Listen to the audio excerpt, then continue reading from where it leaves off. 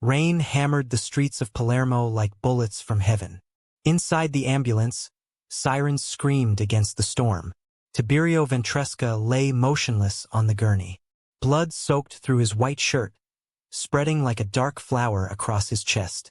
The cardiac monitor beeped once, twice, then flatlined. One long, terrible tone filled the cramped space. The paramedics exchanged glances, the kind that said it's over.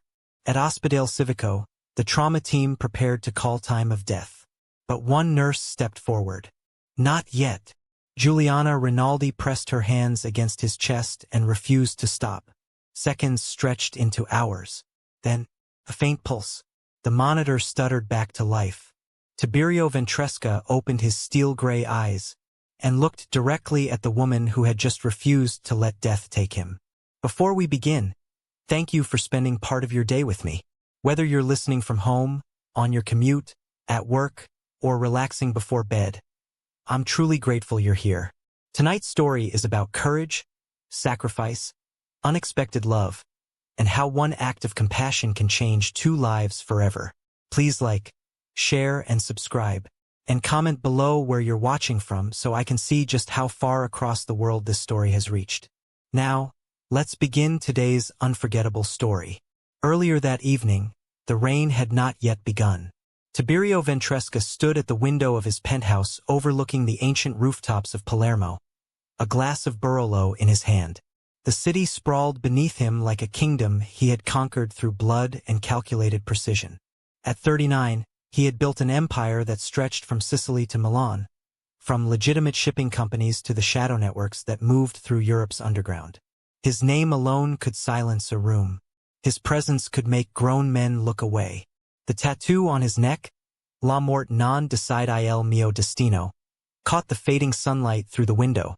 Death does not decide my destiny.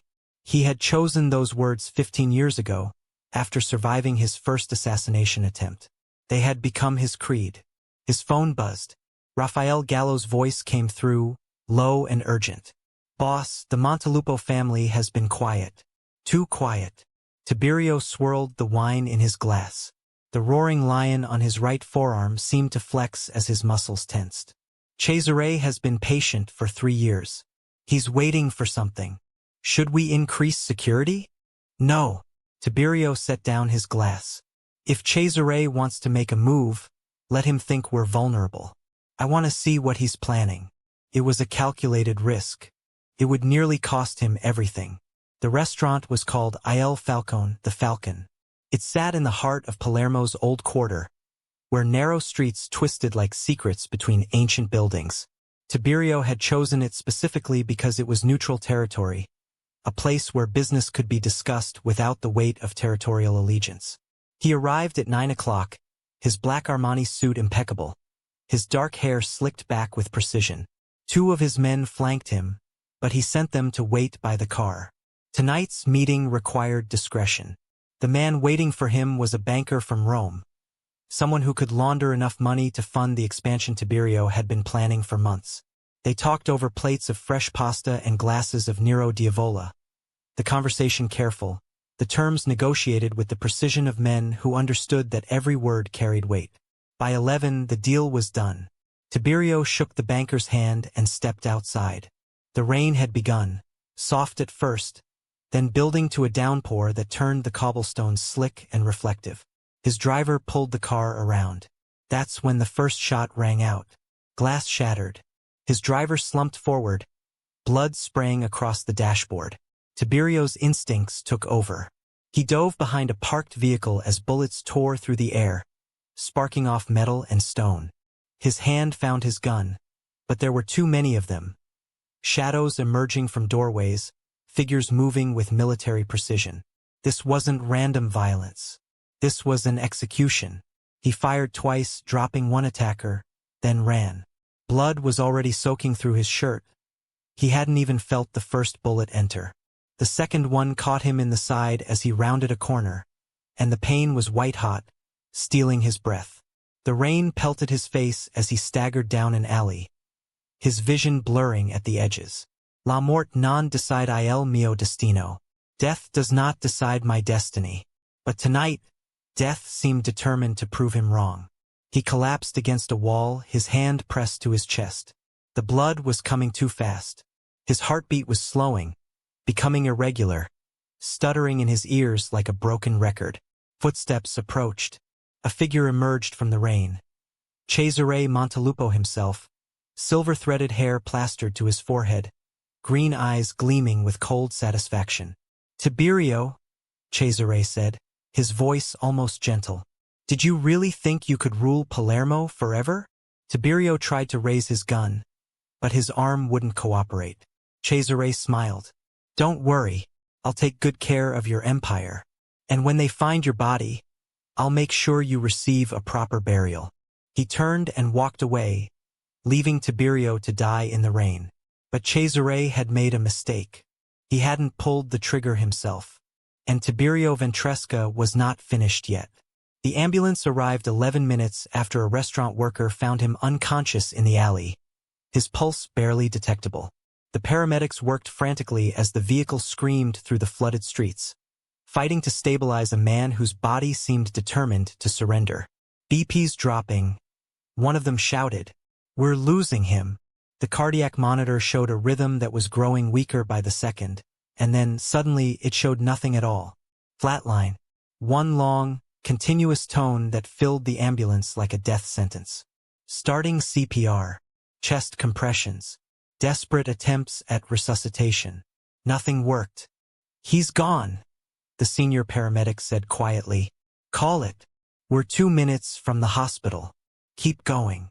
Ospedale Civico's emergency room was a battlefield of controlled chaos. Giuliana Rinaldi had already been on shift for 12 hours when the ambulance bay doors burst open. She'd treated car accident victims, a heart attack, 2 overdoses, and a teenager who'd fallen off his motorcycle. Her feet ached. Her eyes burned with exhaustion. But when she saw the gurney coming through the doors, everything else disappeared. GSW to the chest and abdomen. The paramedic was shouting. "Lost pulse in the field. Been in asystole for 6 minutes." Dr. Lorenzo Marchetti, the chief surgeon, was already moving toward the trauma bay, his face grim. Giuliana followed, her training overriding her exhaustion. The man on the gurney was tall, broad-shouldered, dressed in what had once been an expensive suit. Blood covered everything. His shirt, his hands, the white sheets beneath him. His dark hair was matted with rain and sweat. The tattoos caught her attention first. The Italian script on his neck. The roaring lion on his forearm. The cathedral with olive branches and ravens on the other. She didn't know who he was. It didn't matter. He was dying. "No pulse," Dr. Marchetti confirmed, pressing his fingers to the man's neck. "How long has he been down?" 8 minutes now." Someone in the room exhaled sharply. 8 minutes without a heartbeat. The brain damage alone would be catastrophic, even if they managed to bring him back. "Continue CPR," Dr. Marchetti ordered, but his voice carried the weight of resignation. "Let's see if we can get anything." The team worked with practiced efficiency, chest compressions, ventilations, medications pushed through 4 lines. The cardiac monitor remained stubbornly flat. After 3 minutes, Dr. Marchetti stepped back. "That's enough," he said quietly. "Time of death." "No." The word came from Giuliana before she even realized she was speaking. Everyone stopped. She moved to the gurney, her hands already positioned over the man's chest. "We haven't tried everything. Giuliana." Dr. Marchetti's voice was gentle but firm. "He's been down too long. The damage. I'm not ready to stop." Something in her voice made him pause. In the 4 years she'd worked at this hospital, Giuliana Rinaldi had never challenged him. She was professional, competent, and respected by everyone on staff. But tonight, something burned in her amber-brown eyes that he had never seen before. 2 more minutes, she said. "Please." Dr. Marchetti looked at her for a long moment. Then he nodded. Giuliana resumed chest compressions with renewed intensity, her arms burning from the effort. She counted silently 1, 2, 3, 4, 5, pushing hard and fast, exactly as she'd been trained. "Come on." 30 compressions. 2 rescue breaths, tilting his head back, sealing her mouth over his. forcing air into his lungs. His chest rose, fell. Nothing. Come on. 30 more compressions. The muscles in her arms screamed in protest. Sweat dripped down her temple. You don't get to die tonight. 2 more rescue breaths. Her lips against his, breathing life into a man who had none. The monitor remained flat. 1 minute left. Juliana refused to accept it.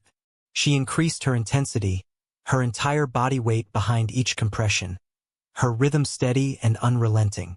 Juliana, Dr. Marchetti said softly, placing a hand on her shoulder. It's time. No. She didn't stop. Not yet. Not yet. And then, the monitor beeped. Everyone froze. A second beep. The third. The flat line shattered into a rhythm, weak, irregular, but unmistakably alive. We have a pulse, someone whispered in disbelief. Dr. Marchetti moved immediately, checking vitals, calling for blood and fluids and surgical preparation. The room exploded into activity. But Juliana stood still, her hands trembling at her sides. The man on the gurney, the man she had just pulled back from the dead, opened his eyes. They were steel gray, sharp and piercing despite the haze of trauma and medication. They found her face through the chaos, locking onto her with an intensity that made her breath catch. For a moment, the entire world narrowed to that single point of contact, her eyes meeting his. Then his lips moved. No sound came out, but she could read the word, Angel. And then his eyes closed again, and the surgical team swept him away, leaving Juliana standing alone in the trauma bay with blood on her scrubs and a heartbeat that wouldn't slow down. She didn't know his name. She didn't know what he had done, or why someone had tried to kill him, or what kind of man lay beneath those expensive clothes and expensive tattoos. All she knew was that she had just made a choice to fight for a stranger's life when everyone else had given up. And that choice would change everything. 3 days passed. Tiberio Ventresca remained in the intensive care unit, suspended in a medically induced coma, while his body fought to recover from 2 surgeries and enough blood loss to kill most men twice over. The police had come on the first day, asking questions that the hospital staff couldn't answer. Who was this man? Who had shot him? Why had he been carrying a firearm registered to no one? Dr. Elena Visconti, the hospital director, handled them with the practiced diplomacy of a woman who had spent 30 years navigating institutional politics. The patient was not conscious. The patient had no identification. The patient would be available for questioning when and if he recovered. The officers left unsatisfied. That same afternoon, 3 men arrived at the hospital. They were dressed in expensive suits, their faces hard and watchful. The one in front, tall, athletic, with dark hair and a scar over his eyebrow, approached the nurse's station with the confident stride of a man accustomed to getting what he wanted. Tiberio Ventresca, he said quietly. Where is he? The nurse behind the desk looked up, her expression neutral. I'm sorry, sir. I can't release patient information without. I'm not asking. Something in his voice made her pale. Juliana had been watching from down the hallway, charting notes on a tablet. She recognized danger when she saw it. She'd grown up in a neighborhood where men like this walked the streets, where everyone knew to look away and keep their mouths shut. But she didn't look away now.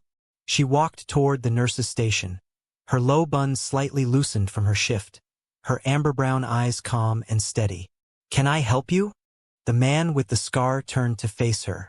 His gaze swept over her hospital scrubs, her ID badge, her face. Something flickered in his expression, recognition, perhaps, or assessment. I'm looking for a patient, Tiberio Ventresca. And you are. Family. Juliana didn't blink. The patient you're looking for is in critical condition and not receiving visitors. If you'd like to leave contact information, the hospital will reach out when his status changes. The man stepped closer, close enough that she could smell his cologne, see the subtle bulge beneath his jacket where a weapon was concealed.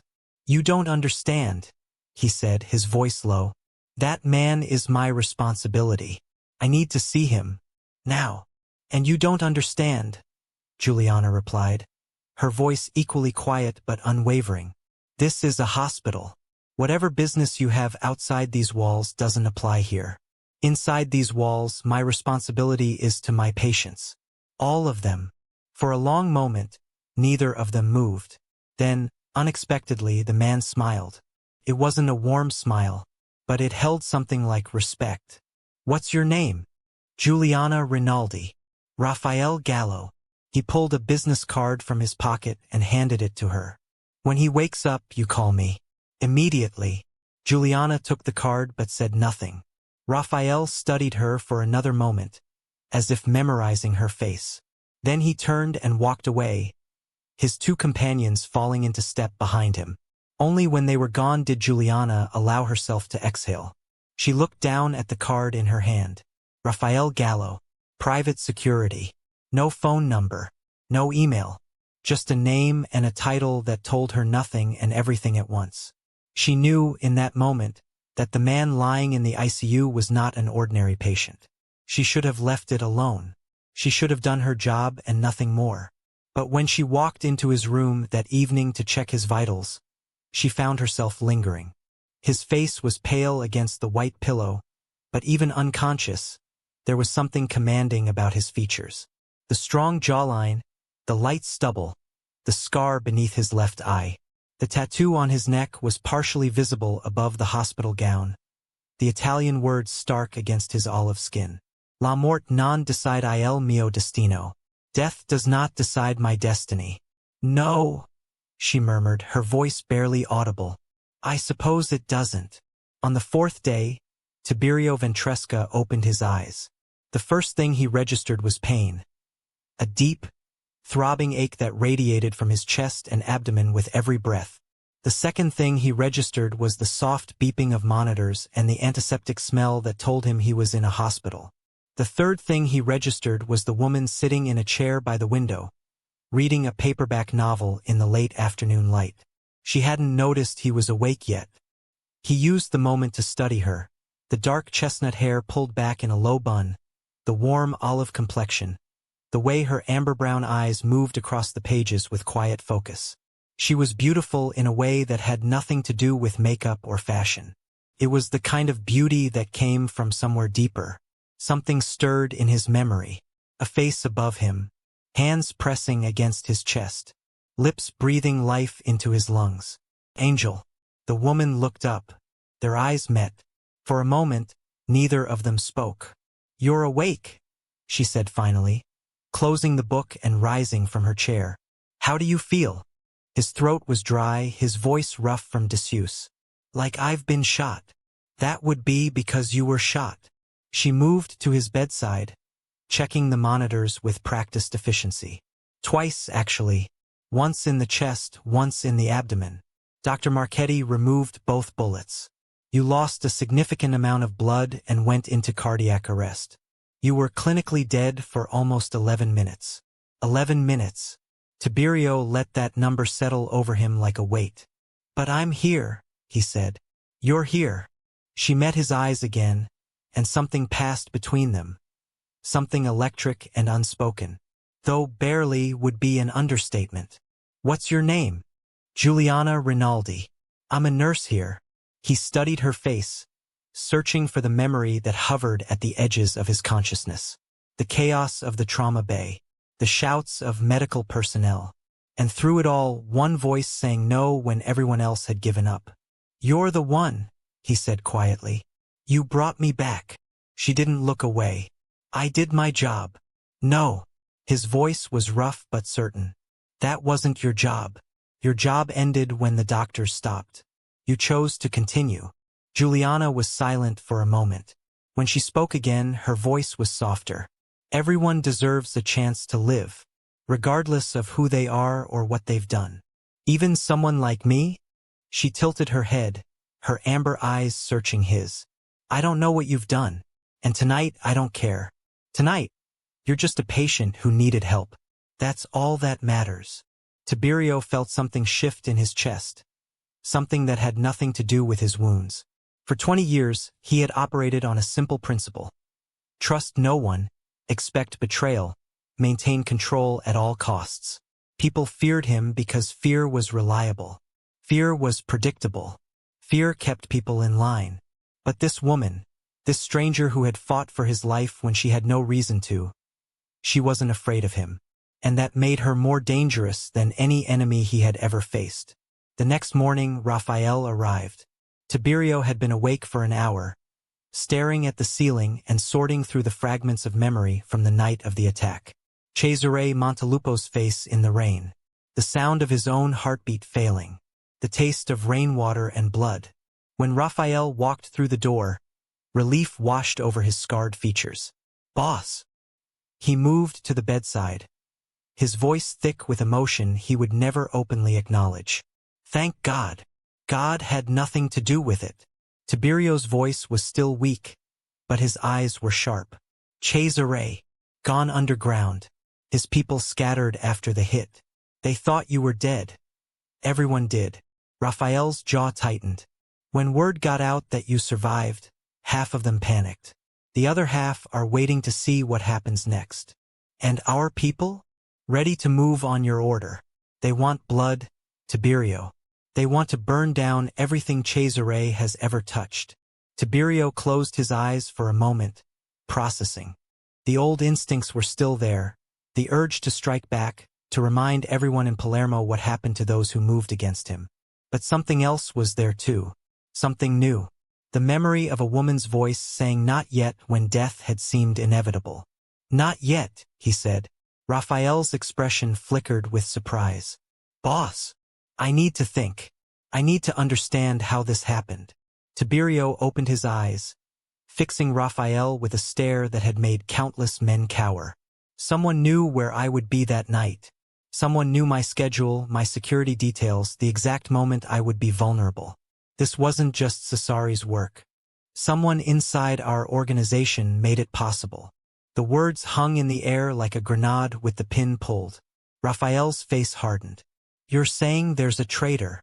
I'm saying we need to find out." Tiberio tried to sit up and immediately regretted it. Pain lanced through his chest, stealing his breath. He forced himself to push through it, gripping the bed rail until his knuckles went white. "But quietly, if whoever betrayed me knows we're looking, they'll disappear. Or worse, they'll try to finish what Cesare started." Raphael nodded slowly. "I'll start digging. But Tiberio, you need to focus on recovering. You're no good to anyone dead. I've already been dead once this week. I don't intend to repeat the experience." A ghost of a smile crossed Raphael's face. "The nurse who saved you, Giuliana Rinaldi." Tiberio's expression didn't change, but something flickered in his steel-gray eyes. "What about her? She stood up to me when I came looking for you. Told me my business doesn't apply inside these walls." Raphael's tone carried grudging admiration. "She's either very brave or very stupid. She's neither." Tiberio thought of her face in the lamplight, the calm certainty in her voice. "She's something else entirely." Over the next week, Giuliana found herself assigned to Tiberio's care more often than statistical probability should have allowed. She told herself it was coincidence, that the schedule was made by supervisors who knew nothing about her involvement in his initial resuscitation. But part of her knew that wasn't entirely true. There was something about him that drew her in, not just the mystery of who he was and what kind of life had led him to bleed out in a Palermo alley, but something deeper. Something in the way he watched her when she checked his vitals. Something in the questions he asked, questions that had nothing to do with his medical care. "Where did you grow up?" She was adjusting his foreline, her fingers steady despite the awareness that his eyes were following every movement. "Bolaro, the old neighborhood near the market. A working-class area. You sound surprised. I grew up not far from there." His voice was quiet, almost reflective. "The Calza district, before I became what I became." Giuliana didn't ask what he meant. She didn't need to. In Palermo, certain things were understood without being spoken. "My father was a fisherman," she said instead. "My mother worked in a textile factory until it closed. They sacrificed everything to put me through nursing school." "Are they still alive?" "My mother is. My father died 3 years ago. Heart attack." She paused, her hands stilling on the foreline. "He never saw a doctor in his life. Didn't trust them. By the time he finally agreed to go to a hospital, it was too late. "I'm sorry." The words were simple, but the way he said them, quiet, genuine, without the performative sympathy she was accustomed to hearing, made her look at him. "That's why you became a nurse," he said. "It wasn't a question. That's why I refused to give up on patients." She met his steel-gray eyes directly. Everyone deserves someone who will fight for them, even if they can't fight for themselves. The silence stretched between them, heavy with things unsaid. Then Tiberio spoke again, his voice rough. "The night you saved me, when everyone else had stopped. Why didn't you?" Juliana considered the question carefully. She had asked herself the same thing countless times over the past week. "Because something inside me refused to accept that it was over," she said finally. "Because when I looked at you lying there, I didn't see a patient who was already gone. I saw someone who still had a chance, if only someone was willing to give it to him. You didn't know who I was. I still don't. Not really." She finished adjusting the four and stepped back, her gaze steady on his face. "And honestly, I'm not sure I want to know."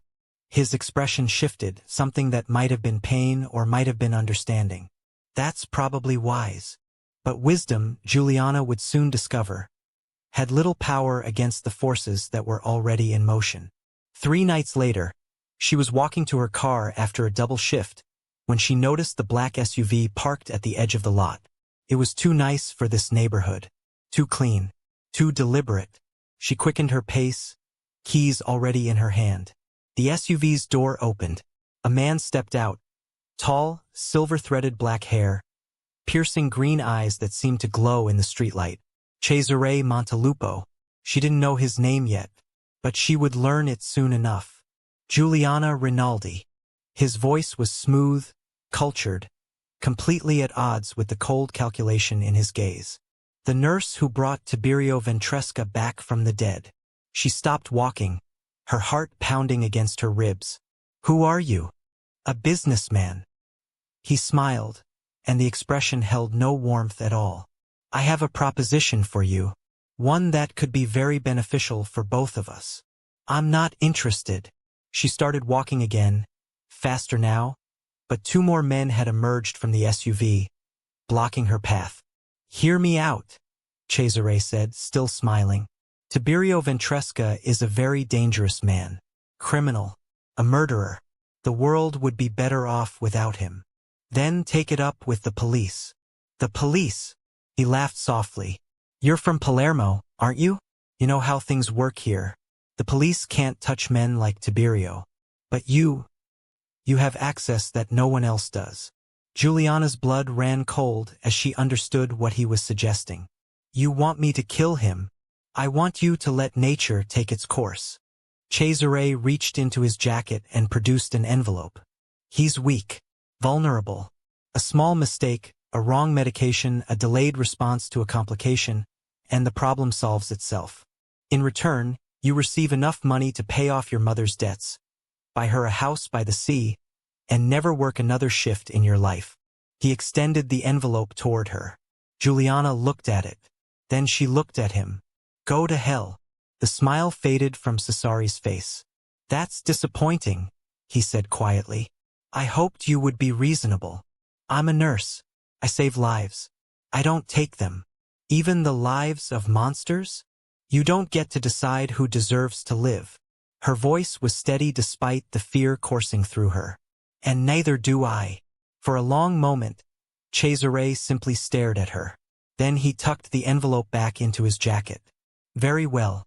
But Juliana." He stepped closer, close enough that she could smell his cologne, expensive, suffocating. "This isn't over. You've made yourself a part of this story now. And in stories like this, everyone has to choose a side eventually." He turned and walked back to the SUV. The other men followed. Within seconds, the vehicle had vanished into the night, leaving Juliana standing alone in the empty parking lot, her hands shaking, her heart racing.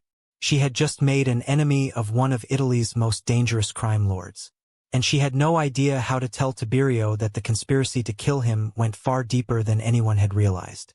She found him awake despite the late hour, sitting up in bed with a newspaper spread across his lap. The lamp cast warm shadows across his features, illuminating the ink on his neck and forearms. The lion, the cathedral, the words that had become a kind of prophecy. He looked up when she entered, and something in his expression shifted when he saw her face. What happened? Juliana closed the door behind her. Her hands were still trembling. We need to talk. She told him everything. The SUV, the man with the silver hair and green eyes, the offer, the threat. She watched his face as she spoke, watched the way his jaw tightened and his eyes grew colder with each word. When she finished, the silence in the room was absolute. Then Tiberio spoke, his voice barely above a whisper. Cesare Montelupo came to you himself. Yes. And he offered you money to let me die. Yes. And you refused. Yes. He looked at her for a long moment, his steel-gray eyes unreadable. Why? It was the same question he had asked before, but now it carried different weight. Because I meant what I said. Juliana moved closer to his bed, her voice firm despite her fear. Everyone deserves a chance to live. And what happens after that, what you do with that chance, that's on you. Not me. Tiberio was silent for several heartbeats. Then he reached out and took her hand. The touch was gentle, almost tentative, completely at odds with the dangerous man she knew him to be. His fingers were warm against hers, the tattooed letters on his knuckles, Forza e Fide, pressed against her palm. You should stay away from me, he said quietly. Everything I touch turns to ash. Everyone who gets close to me becomes a target. I think it's too late for that. It's not. His grip tightened slightly. Walk away, Juliana. Forget you ever met me. Go back to your life and pretend none of this happened. Is that what you want? The question hung in the air between them. Tiberio's eyes searched her face, looking for something she couldn't identify. What I want, he said finally. Stopped mattering a long time ago. Juliana didn't pull her hand away. Maybe it's time that changed. Later that night, Juliana sat in the staff lounge, a cold cup of coffee forgotten beside her as she stared at the wall. The encounter with Cesare had shaken her more than she wanted to admit. She had grown up in Palermo. She knew what men like him were capable of. She knew that refusing his offer had painted a target on her back that might never wash away. But she also knew, with a certainty that surprised her, that she had made the right choice. Whatever Tiberio Ventresca had done, whatever crimes his name was attached to, he was still a human being. And no one had the right to decide who lived and who died based on convenience or profit. The door opened behind her. She turned to find Dr. Elena Visconti standing in the doorway, her elegant silver hair swept back from her face, her expression unreadable. Juliana, I was hoping to find you here. Dr. Visconti. Juliana rose to her feet. Is everything all right? I've been watching you this past week. The hospital director moved into the room, closing the door behind her. The patient in room 412. You've been spending considerable time with him. He requires significant monitoring. His injuries were severe. His injuries are healing remarkably well, actually. Better than expected. Dr. Visconti sat down across from her, her dark eyes sharp and assessing. I know who he is, Juliana. I've been running this hospital for 15 years. I know the names, the faces, the connections that make this city run. Juliana said nothing. I also know that you saved his life when everyone else had given up. Dr. Visconti's voice softened slightly. That took courage. Perhaps more than you realize. I was doing my job. No, you were doing more than that. The older woman leaned forward. I'm not here to lecture you or warn you away. You're a grown woman, and you're one of the best nurses I've ever worked with. But I need you to understand something. She paused, her expression grave. The forces at play here are larger than any individual. Larger than this hospital. If you continue down this path, if you allow yourself to become entangled in his world, there may come a point where there's no going back. Juliana met her gaze steadily. And if I walk away, if I abandon him now, when he's vulnerable, when his enemies are circling, what does that make me? Dr. Visconti was silent for a moment. Then she smiled, a sad, knowing smile. "It makes you human," she said softly. "But I suspect you've already made your choice." She rose to her feet and moved toward the door. "Be careful, Juliana. This hospital is supposed to be neutral ground. But lately, I've been hearing rumors that make me wonder if that's still true." She paused at the doorway, looking back. "Watch your back. And watch his. Something is coming. I can feel it." Then she was gone, leaving Juliana alone with the cold coffee and the weight of a decision that had already been made. 2 days later, Juliana arrived for her morning shift to find the hospital in chaos.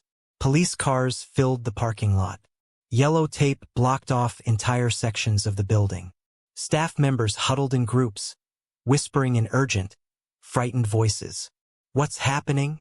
Juliana caught the arm of a passing colleague. "Dr. Marchetti." The other nurse's face was pale, her voice shaking.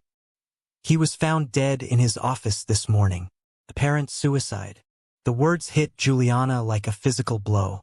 Dr. Lorenzo Marchetti, the chief surgeon who had operated on Tiberio, the man who had given her those extra 2 minutes to bring him back from the dead. "Dead? That's impossible," she breathed. "I saw him last night. He was fine. He was." "Juliana." Raphael Gallo's voice cut through the chaos. She turned to find him standing a few feet away, his face grim, his eyes scanning the crowd with the alertness of a man expecting an attack. "We need to talk," he said quietly. "Now." He led her to a supply closet at the end of the corridor, closing the door behind them. "What do you know about Dr. Marchetti?" "He was my supervisor. A good man. An excellent surgeon." Juliana's voice was tight. "He saved countless lives. He was also taking money from Cesare Montelupo." The world seemed to tilt sideways. "What?" "We've been investigating since the night of the attack." Raphael's jaw was tight. Someone inside the hospital provided information about Tiberio's surgery, his room number, his security measures. Someone made sure Cesari's people knew exactly where to find him. "You think it was Dr. Marchetti?" "I think Dr. Marchetti was involved. But I don't think he was working alone." Raphael's dark eyes bored into hers.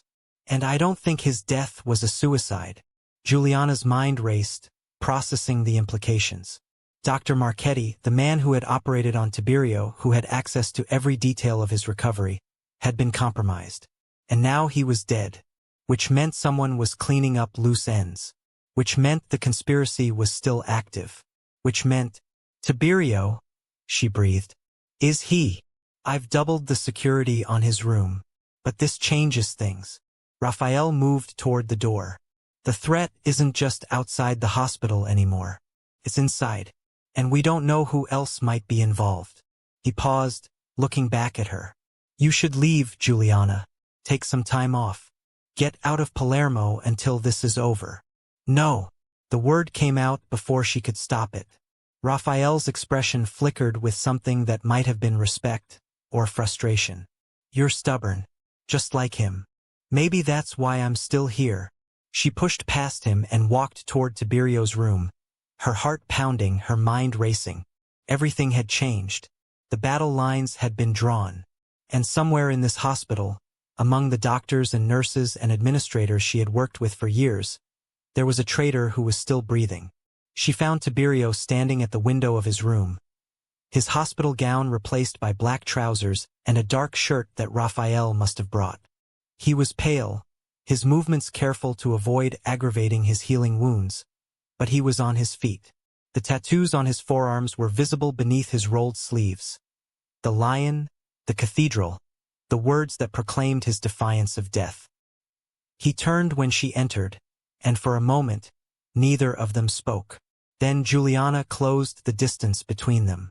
"Dr. Marchetti is dead. Raphael thinks it wasn't suicide. The conspiracy goes deeper than anyone realized."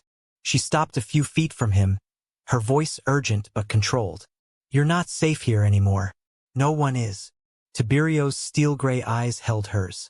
"I know. Then what do we do?" It was the first time she had said we. The first time she had acknowledged, out loud, that they were in this together. Tiberio seemed to hear the significance of that single word. He took a step toward her, then another, until they were close enough that she could see the individual threads of silver in his gray eyes, could feel the heat radiating from his body despite his recent injuries. "You should leave," he said quietly, echoing Raphael's words. "You've already risked too much for me." "I'm not leaving. Juliana." "I said I'm not leaving." She met his gaze with the same fierce determination that had kept her pressing on his chest when everyone else had given up. "You asked me once why I refused to let you die. The truth is, I don't know. Something in me saw you lying there, and something in me refused to accept that it was over." She took a breath, steadying herself. "But I know this. I didn't fight to bring you back just to watch you get killed now. Whatever's coming, whatever we have to face, we face it together." The words hung in the air between them. Tiberio's expression shifted, something raw and vulnerable flickering behind his usually impenetrable mask. Then he reached out and cupped her face in his hands. His palms were rough, calloused from a lifetime of violence and survival. But his touch was gentle, almost reverent. "You're either the bravest woman I've ever met," he murmured, "or the most reckless. Maybe both." A ghost of a smile crossed his lips. "I don't deserve you. Then become someone who does." The challenge landed between them like a gauntlet thrown. Tiberio's eyes searched hers for a long moment. Then he lowered his hands and stepped back. "All right," he said quietly. "All right." He turned toward the door, and for the first time since she had known him, she saw something in his posture that looked like hope. "We have work to do," he said, "and not much time to do it." He opened the door and stopped. Standing in the corridor were 6 men in police uniforms. But they weren't here to ask questions. They weren't here to investigate. The lead officer smiled coldly and raised his weapon. "Tiberio Ventresca, by order of Cesare Montelupo, your time is up."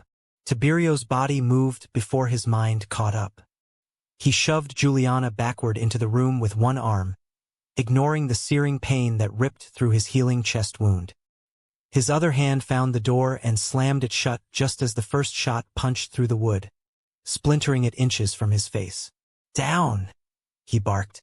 Juliana hit the floor, rolling behind the heavy hospital bed as bullets tore through the door in a ragged line. Plaster dust rained from the ceiling. Monitors shattered, spraying glass and sparks across the tile. Tiberio pressed his back against the wall beside the doorframe, his breathing controlled despite the chaos. His steel-gray eyes scanned the room with the cold precision of a man who had survived ambushes before, though never in a hospital gown and borrowed trousers, still held together by surgical sutures. The shooting paused.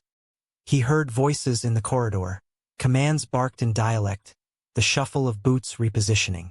6 men. Automatic weapons. Fake police uniforms. Cesare wasn't taking chances this time. "Juliana." His voice was low, steady. "Is there another way out of this room?" She was pressed against the far wall, her face pale but her eyes sharp and focused. Adrenaline had overtaken fear. She pointed toward the far corner. "Supply corridor.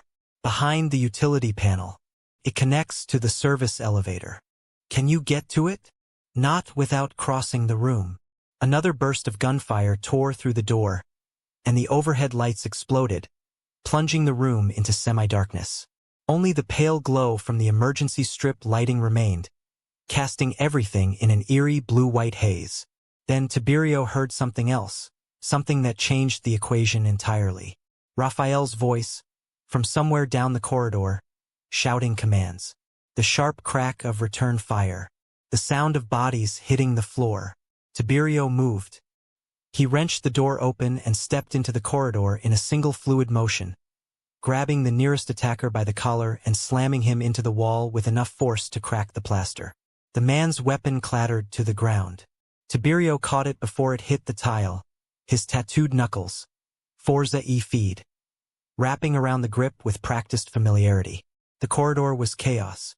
Raphael and 2 of his men had come from the opposite end, engaging the fake officers in a firefight that turned the sterile hospital hallway into a war zone. Patients screamed behind locked doors. Nurses ducked into supply rooms. Alarms blared from every direction. Tiberio fired twice, controlled, precise, dropping 2 attackers before they could turn toward him. The remaining 3 broke and ran. Raphael pursued, his scarred face set with grim determination, but Tiberio called him back. "Let them go." Raphael spun. "Boss, I said let them go." Tiberio lowered the weapon, his breathing ragged, a fresh stain of red blooming across his shirt where his wound had reopened. "They'll run back to Cesare, and when they do, they'll tell him exactly what happened here, that his plan failed. Again." Raphael's jaw clenched, but he obeyed. Tiberio turned back toward the room. Juliana was standing in the doorway, her scrubs dusted with plaster, a thin cut on her cheek from flying glass. Her dark chestnut hair had come loose from its bun, falling in soft waves around her shoulders. She was trembling, but she was on her feet. "Are you hurt?" he asked, moving toward her. "It's nothing. A scratch." Her eyes dropped to the spreading bloodstain on his shirt. "You're bleeding. It'll keep." "No, it won't." She stepped forward and pressed her hand against the wound, applying pressure with the same steady competence she had shown the night she saved his life. "Sit down. Now." For the first time, Tiberio obeyed someone else's command without hesitation. He sat on the edge of the ruined hospital bed while Juliana gathered what supplies hadn't been destroyed, her hands moving with swift precision despite the fine tremor running through them. Around them, the hospital erupted into emergency protocols. Security teams flooded the corridors. Dr. Visconti's voice carried over the intercom, calm and authoritative, directing evacuation procedures and lockdown measures. But in that small, shattered room, the world narrowed to 2 people. Juliana peeled back his shirt to examine the wound. The surgical sutures had torn partially, and blood seeped steadily from the reopened incision. The tattoos on his chest and torso, additional ink she hadn't seen before, intricate patterns of thorns and a compass rose over his heart, were slick with crimson. "This needs to be resutured," she said. "Can you do it?" She looked at him. "I'm a nurse, not a surgeon. You're the only person in this building I trust." The weight of those words settled over her like a mantle. She held his gaze for a long moment. Then she nodded. "Hold still. This is going to hurt. I've had worse." "I know." She threaded a surgical needle with hands that had finally stopped shaking. "But this time, I'd prefer you stayed conscious." Despite everything, the blood, the gunfire still echoing in the walls, the knowledge that death had come for him again and been turned away, Tiberio almost smiled. 40 minutes later, Raphael had secured the floor. The fake police officers who had escaped were gone, vanished into Palermo's labyrinthine streets. 2 of the attackers lay dead in the corridor, their bodies covered with white sheets while real police finally arrived to process the scene. Dr. Visconti stood in the corridor outside Tiberio's room, her silver hair disheveled for the first time anyone could remember, her elegant composure cracked by fury. "This is a hospital," she said, her voice trembling with controlled rage. "A place of healing. And tonight, someone turned it into a battlefield." She turned to Raphael. "Get him out of here. I don't care where you take him. But I will not have my patients and staff endangered because of your employer's war." Raphael bristled, but before he could respond, Tiberio emerged from the room, his shirt replaced with a clean one, the fresh sutures hidden beneath dark fabric. He moved carefully, each step measured against the pain, but his presence filled the corridor like a storm front. The tattoo on his neck caught the harsh fluorescent light. "La mort non decide il mio destino." "Dr. Visconti." His voice was quiet, respectful. "You're right, and I'm sorry." The apology seemed to catch everyone off guard, Raphael most of all. "I never intended for this violence to reach your hospital," Tiberio continued. "The people who did this will answer for it. You have my word." Dr. Visconti studied him with sharp, assessing eyes. "Your word," she repeated flatly. "Forgive me if I find that difficult to trust. Then trust the woman who saved my life." He glanced toward the room, where Juliana was cleaning up the medical supplies. She believed I was worth saving. I intend to prove her right. Something shifted in the hospital director's expression. Not quite belief, but perhaps the beginning of it. Get out of my hospital, Mr. Ventresca, and take your war with you. They left before dawn. Raphael had arranged a convoy, 3 black SUVs with tinted windows, armed escorts, a route through back roads that avoided every surveillance camera in the city. But as they prepared to leave through the service entrance, Juliana appeared in the corridor, her bag slung over her shoulder, her coat buttoned against the pre-dawn chill. Tiberio stopped. What are you doing? Coming with you. Absolutely not. Cesare Montelupo knows my name. He knows where I work. He knows my face. Her voice was calm, factual, devoid of self-pity. If I stay here, I'm a target, and I'm a liability to everyone around me. My colleagues, my patients, my mother. She paused, her amber-brown eyes steady on his. You owe me a debt, Tiberio Ventresca. You said so yourself. So pay it. Keep me alive long enough for us to end this. Raphael started to object, but Tiberio raised a hand, silencing him. He looked at Juliana for a long moment.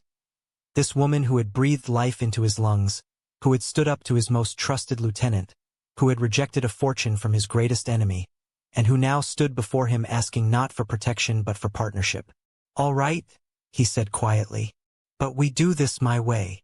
As long as your way doesn't involve dying again. Something cracked behind his carefully controlled expression. Something that might have been the beginning of a laugh. I'll do my best. The safe house was a villa in the hills above Palermo, hidden among olive groves and ancient stone walls, accessible only by a narrow road that wound through terrain too rugged for anything but local vehicles. It had once been a monastery centuries ago. The bones of that original structure remained. Arched doorways, thick stone walls, a central courtyard with a fountain that no longer ran. Someone had modernized it carefully, preserving the character while adding the security measures that a man like Tiberio required. Juliana stood in the courtyard as the sun rose, painting the sky in shades of coral and gold over the distant sea. The air smelled of wild rosemary and damp earth. It was beautiful. It was also a fortress. She could see the cameras mounted discreetly on the walls, the reinforced gate at the entrance, the men patrolling the perimeter with the casual alertness of professionals. You should sleep. Tiberio's voice came from behind her. She turned to find him standing in the archway, a cup of coffee in each hand. He had changed into fresh clothes, dark trousers, a black open-collar shirt with the sleeves rolled to the elbows, revealing the full breadth of his tattoos. The lion snarling on his right forearm. The cathedral surrounded by olive branches and ravens on his left. The letters on his knuckles as he extended the cup toward her. Forza e fede. Strength and faith. She took the coffee. You should be the one sleeping, she said. You lost blood tonight. Your body needs rest. My body has survived worse. That doesn't mean you should test it. He stood beside her, looking out over the olive groves as the light strengthened. In the golden morning glow, the harshness of his features softened slightly. The strong jaw, the scar beneath his left eye, the stubble that darkened his chin. I called Raphael's people in Rome, he said after a moment. They're bringing your mother to a safe location. Private security. Full-time protection. She won't know the details, but she'll be comfortable. Juliana's throat tightened. Thank you. Don't thank me. This is my fault. All of it. Cesare Montelupo put those men in my hospital. Not you. Cesare Montelupo exists because I exist. He set his coffee on the fountain's edge. For 20 years, I've told myself that the violence was necessary, that the fear I created was the price of order, that I was protecting my family, my people, my territory. He looked down at his hands. The tattooed knuckles, the scars, the hands that had built an empire on blood and calculation. But lying on that gurney, feeling my heart stop, hearing the monitor flatline, for the first time, I wasn't afraid of dying. His voice dropped to barely a whisper. I was afraid of dying without having ever truly lived. Juliana set her own coffee down and stepped closer. Then live, she said simply. Not for your empire. Not for your reputation. Not for revenge. Live because you have a chance that most people never get. A second chance. And make it mean something. He turned to face her, and in the morning light, his steel-gray eyes held something she had never seen before. Vulnerability. Raw, unguarded, terrifying vulnerability. From a man who had spent his entire adult life ensuring that no one ever saw him as anything less than invincible. You make it sound simple, he murmured. It's the hardest thing you'll ever do. She held his gaze. But you don't have to do it alone. For a moment, neither of them moved. Then Tiberio reached out and tucked a loose strand of chestnut hair behind her ear, his fingertips brushing the curve of her jaw with a tenderness that seemed impossible for a man of his nature. How did you do it? He asked softly. Do what? Make me want to be better. In a week. When nothing else in my entire life has even come close. She covered his hand with hers, pressing his palm against her cheek. I didn't do anything, she said. It was always in you. It just needed someone to believe it. The days that followed took on a rhythm that neither of them had expected. Mornings were spent in quiet domesticity. Coffee in the courtyard. Walks through the olive groves that Tiberio's security team monitored from a discreet distance. Juliana changed his dressings every morning and evening, monitoring the healing wounds with clinical precision and personal concern. Afternoons were consumed by strategy. Raphael arrived daily with intelligence updates, and Juliana learned more about Tiberio's world than she had ever wanted to know. The Ventresca organization controlled shipping routes across the Mediterranean, construction contracts in 3 Italian cities, and a network of legitimate businesses that served as both economic engine and cover for operations that existed firmly outside the law. It was a machine of extraordinary complexity, and Tiberio sat at its center with the calm authority of a man who understood every moving part. But now that machine was fracturing. The assassination attempt had created a power vacuum. Cesare Montelupo was moving aggressively, absorbing Ventresca territory, turning allies with offers of money and threats of violence. And the traitor within Tiberio's own organization, the one who had provided the information that made the attack possible, remained unidentified. We've narrowed it down to 7 people, Raphael said one afternoon, spreading photographs across the dining table. These are the only individuals who knew your schedule the night of the attack. Tiberio studied the photographs, his expression unreadable. Forza E-feed caught the light as his fingers moved from face to face. Men he had known for years, men he had trusted with his life. Any one of them could have done it. Or none of them. Raphael's scar tightened as he frowned. Could have been a digital breach, a hacked phone, a listened conversation. No. Tiberio shook his head slowly. Cesari's people knew details that couldn't be accessed digitally. They knew about the security rotation. They knew about the restaurant's back exit. They knew I sent my guards to the car. He tapped one of the photographs. Someone watched me that night. Someone who was close enough to see my habits, my patterns. Juliana had been listening from the doorway, her arms crossed, her expression thoughtful. What about Dr. Marchetti? She asked. Both men looked at her. You said he was taking money from Cesare, she continued, stepping into the room. But what if he wasn't just providing information about the hospital? What if he was the initial contact, the person who connected Cesare to someone inside your organization? Tiberio's eyes sharpened. A bridge, he said slowly. Marchetti was the bridge between the inside man and Cesare. And now the bridge is dead, Raphael added grimly. Which means the traitor is protecting themselves. Or being protected, Juliana said. Tiberio looked at her with something approaching admiration. You think like a strategist. I think like a nurse who's seen too many patients die from infections that could have been caught early. She met his eyes. Corruption is an infection. If you don't identify the source, treating the symptoms is pointless. Raphael glanced at Tiberio, one eyebrow raised. Tiberio ignored him, but the ghost of a smile played at the corners of his mouth. The breakthrough came 6 days after they arrived at the villa. Raphael had been tracing financial records. A tedious, painstaking process that required contacts in banking institutions across Italy. When he found the thread, Marco Ferrante, the name fell across the dining table like a bomb. Juliana didn't recognize it, but she saw the impact it had on Tiberio. He went very still, his entire body tensing as if absorbing a physical blow. "No," he said quietly. "I've confirmed it 3 times. Raphael's voice was tight with controlled anger. "Ferrante has been receiving payments from a shell company traced back to Montelupo Holdings. Monthly. For 18 months. That's not possible. Boss. Marco Ferrante has been with me for 15 years. Tiberio's voice was dangerously quiet. "He stood beside me when we rebuilt after the Calabria conflict. He was at my mother's funeral. He's my—" He stopped. The word he didn't say hung in the air. "Friend." Juliana watched his face, watching the man behind the reputation grapple with a betrayal that cut deeper than any bullet. "Where is he now?" Tiberio asked. "Palermo.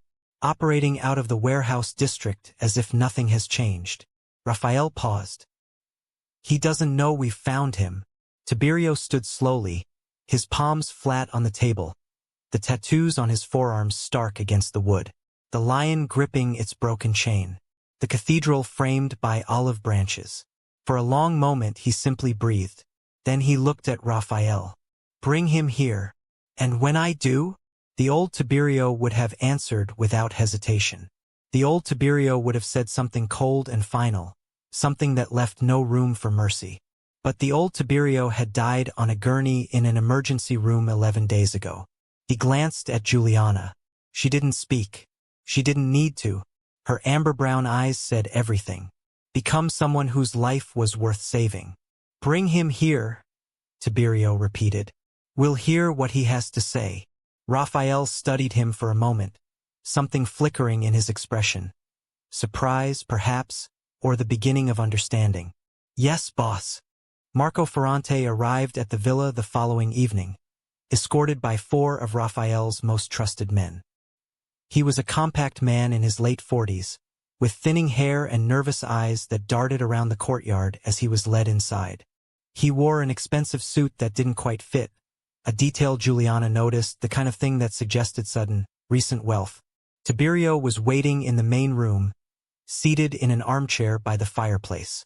The flames cast dancing shadows across his features, illuminating the tattoo on his neck and the lettering on his knuckles as his hands rested on the chair's arms. "Marco."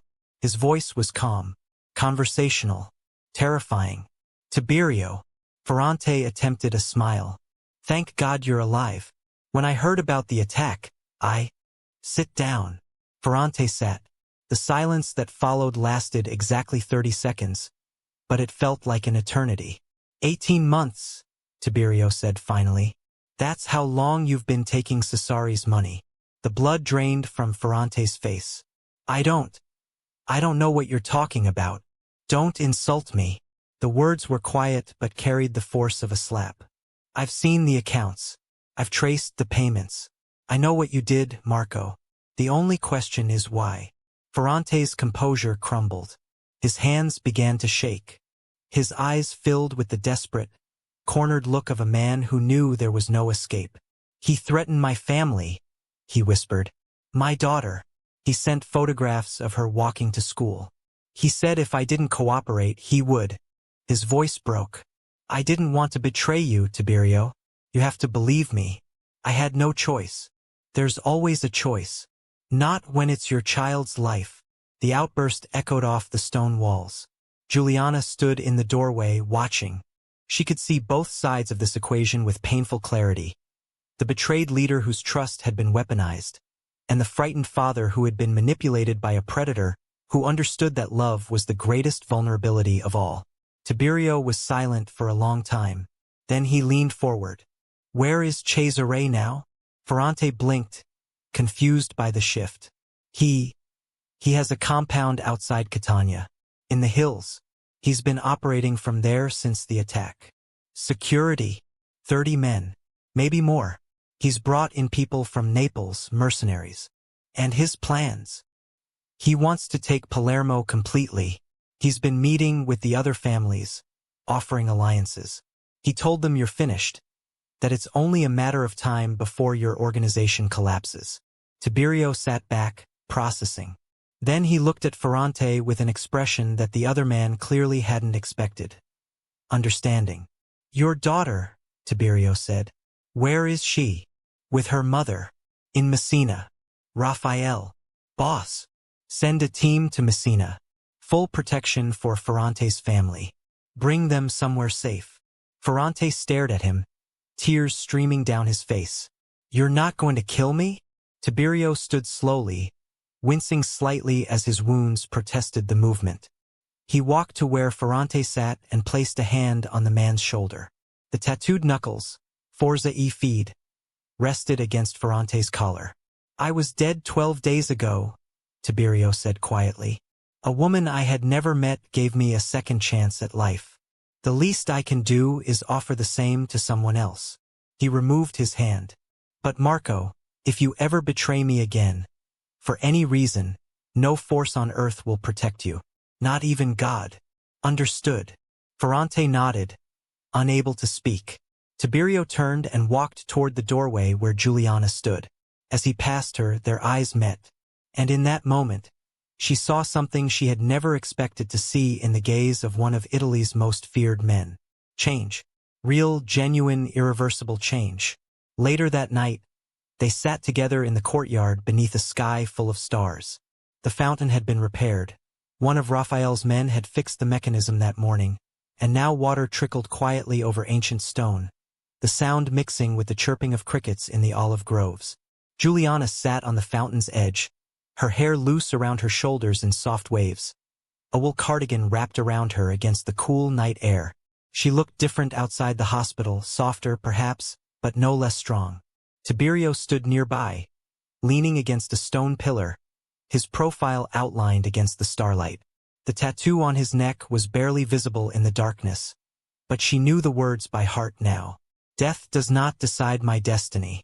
What you did tonight, she said softly. With Ferrante. That was. Don't. He shook his head slightly. Don't tell me it was good or brave or merciful. I let a man live. That doesn't erase the ones I didn't. No, she agreed. It doesn't. But it's a beginning. He turned to face her, and in the starlight, his steel-gray eyes were silver. You scare me, Juliana Rinaldi. I scare you. More than anyone I've ever met. He moved toward her slowly, each step deliberate. Because you make me see myself clearly. And what I see. He stopped close enough to touch. What you see, she said gently, is a man who is learning to be better than the worst things he's done. Is that enough? It's everything. He reached for her hand, lacing his fingers through hers. The tattooed letters on his knuckles pressed against her skin. Strength and faith, written in ink and bone. When this is over, he said quietly. When Cesare is dealt with and my world stops trying to kill me, I want to build something different. Something that doesn't require blood to sustain it. Then build it. With you. The question was barely a whisper. Juliana looked up at him. This tall, scarred, tattooed man who had terrified an entire country and who now stood before her with the vulnerability of a child asking to be loved. She rose on her toes and pressed her lips to his cheek. Ask me again when it's over, she murmured. When you've earned the answer. He closed his eyes, and she felt the shudder that ran through him, relief, longing, the release of something held too tightly for too long. I will, he said. I promise. The battle for Palermo came 3 days later. Tiberio had spent those days planning with a precision that reminded Juliana of a surgeon preparing for a complex operation. Every detail was mapped, every contingency accounted for, every piece moved into position with the patience and discipline that had made him one of the most formidable strategists in the Italian underworld. But there was a difference this time. The old Tiberio would have responded to Cesare's betrayal with overwhelming, indiscriminate violence. A scorched earth response designed to send a message that would echo through the criminal world for decades. The new Tiberio chose a different path. He reached out to the families that Cesare had been courting, not with threats but with information, proof of Cesare's true nature, of his willingness to use children as leverage, of his infiltration of a hospital to finish what his assassins had started. The evidence was damning, meticulously compiled, and impossible to deny. One by one, the alliances Cesare had built began to crumble. Tiberio isolated him financially, cutting off supply lines and freezing accounts through contacts in the banking world.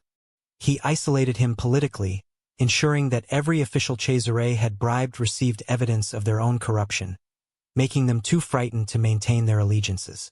And he isolated him physically, positioning Raphael's men around the Catania compound in a tightening circle that left only one exit.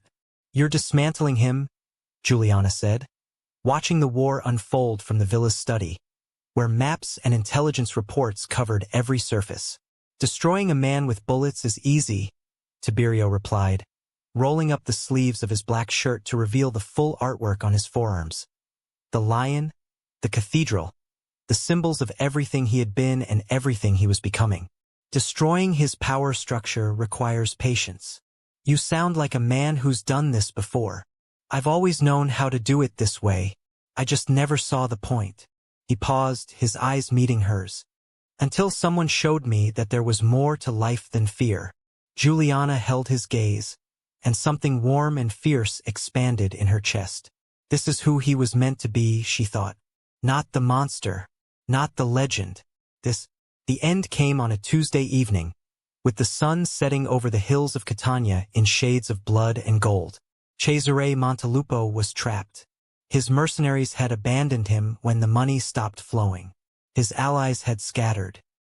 His own lieutenants had surrendered to Raphael's men, preferring the uncertainty of Tiberio's mercy to the certainty of Cesare's sinking ship. In the end, only Cesare himself remained, alone in his compound, surrounded by empty rooms and the ghost of an empire that had never truly existed.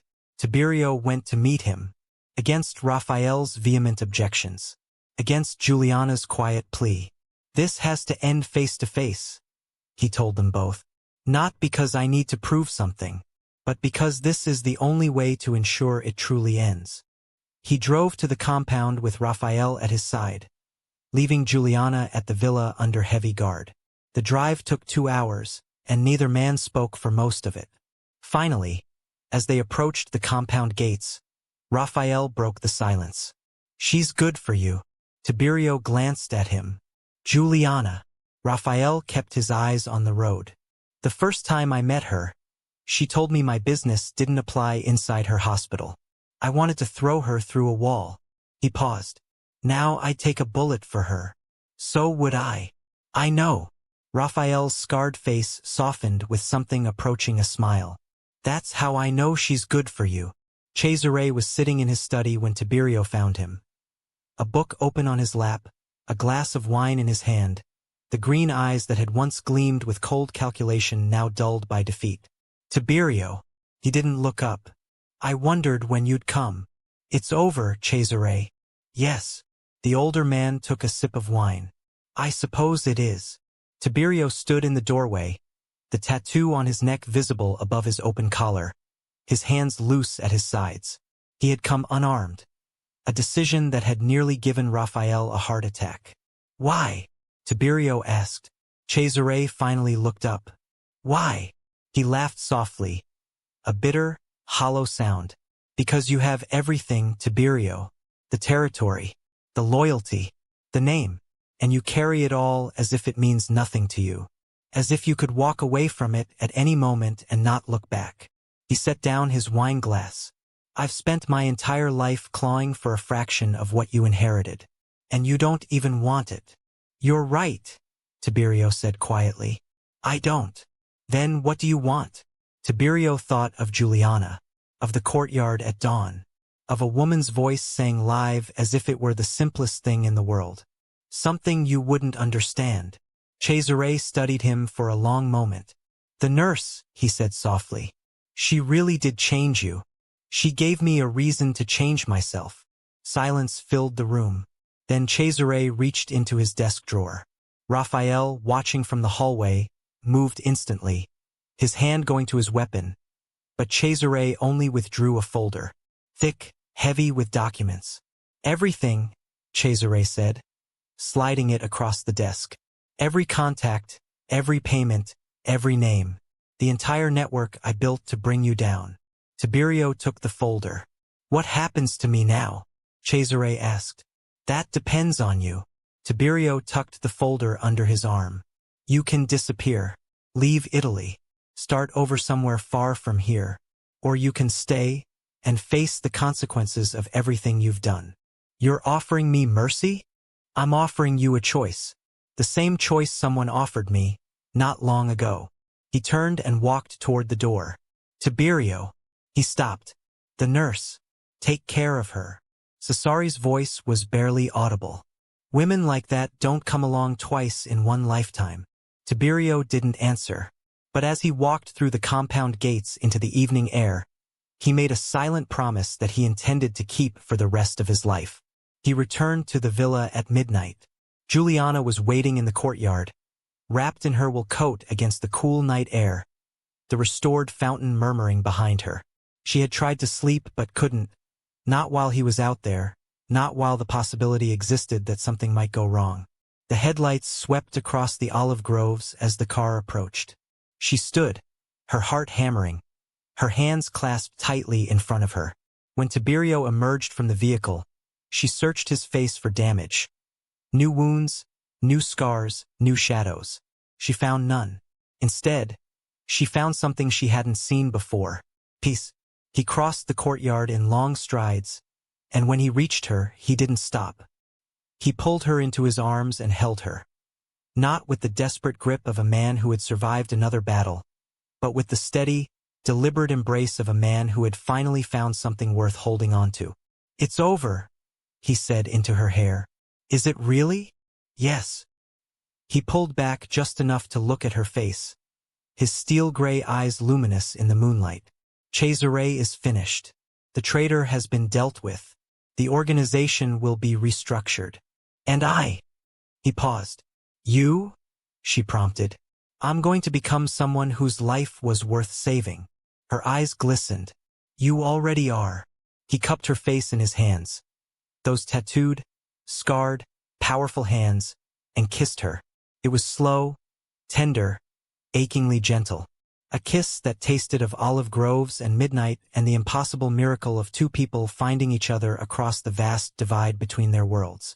When they finally broke apart, Giuliana rested her forehead against his chest, listening to the heartbeat that she had fought so hard to restore. Strong, steady, alive. I believe you owe me an answer, he murmured. She looked up. You asked me a question the other night. In the courtyard. I remember. You told me to ask again when it was over, when I'd earned the answer. She searched his eyes, those steel-gray eyes that had once been unreadable, that now held everything he felt, openly and without defense. Ask me, she whispered. Will you build this new life with me? The fountain murmured. The stars turned. The olive trees rustled in the wind that swept down from the hills above Palermo. Yes, she said. Yes. Months passed. The world didn't change overnight. Tiberio had spent 20 years building an empire that couldn't be dismantled with a single decision. But he began the process with the same methodical precision he had applied to building it. Legitimate businesses were expanded. Illegal operations were systematically shut down or transferred to legal frameworks. Raphael, who had expected to resist these changes, found himself becoming their most committed advocate.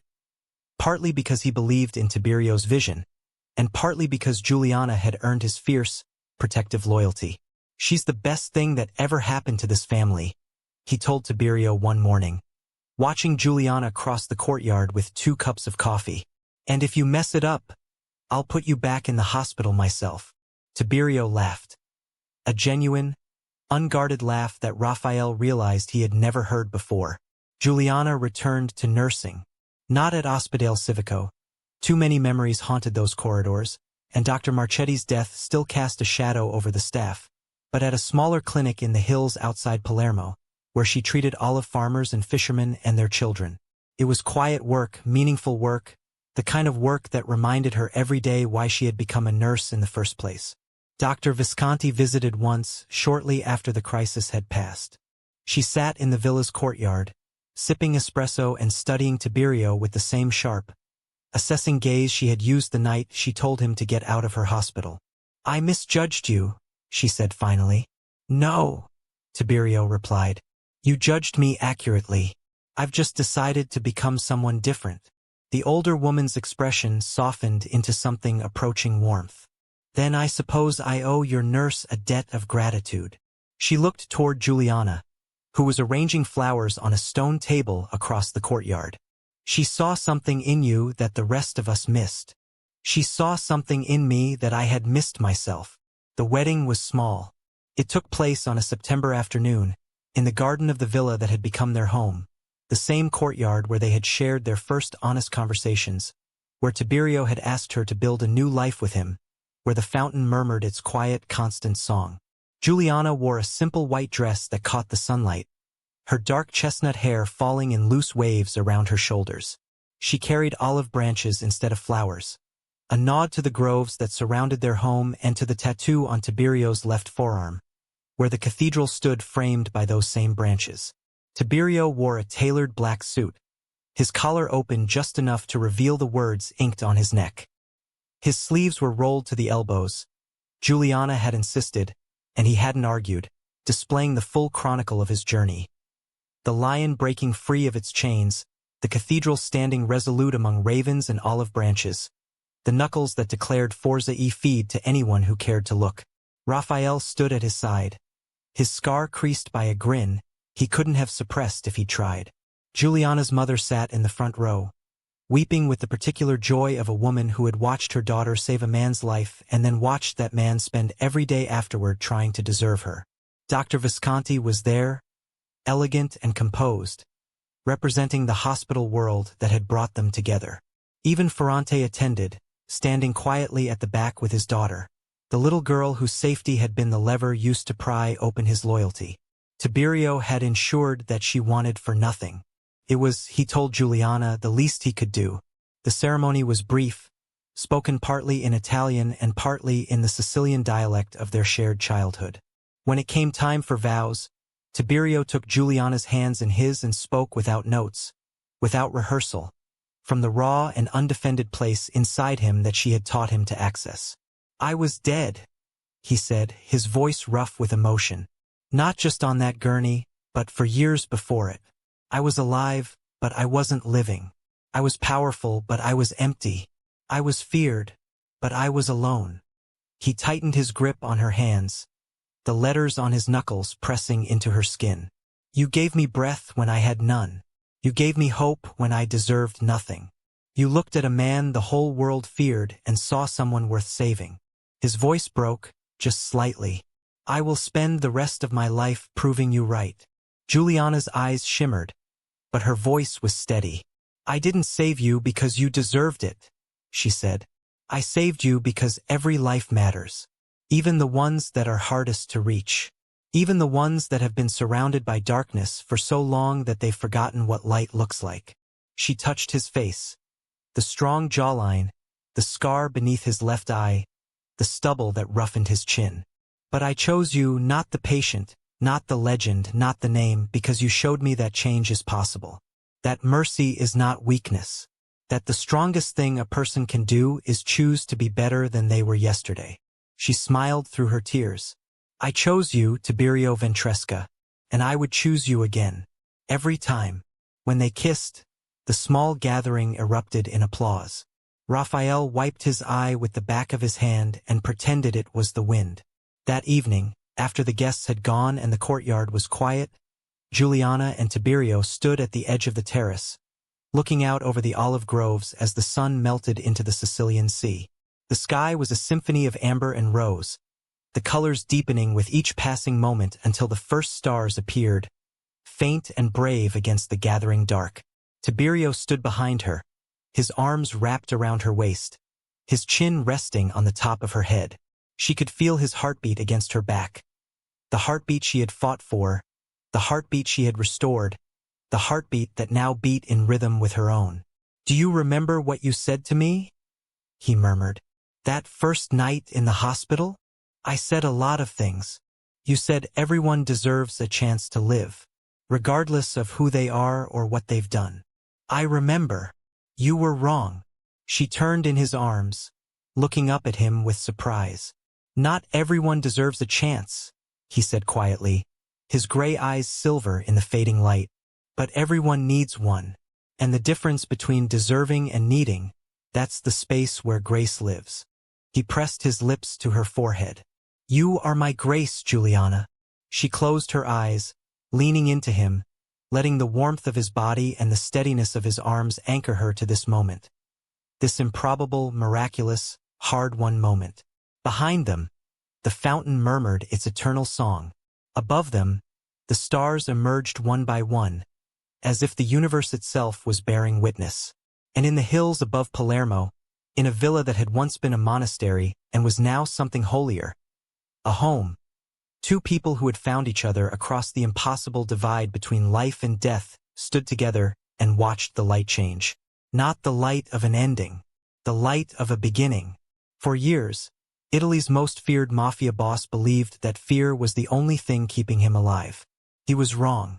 It was love. It had always been love. The END.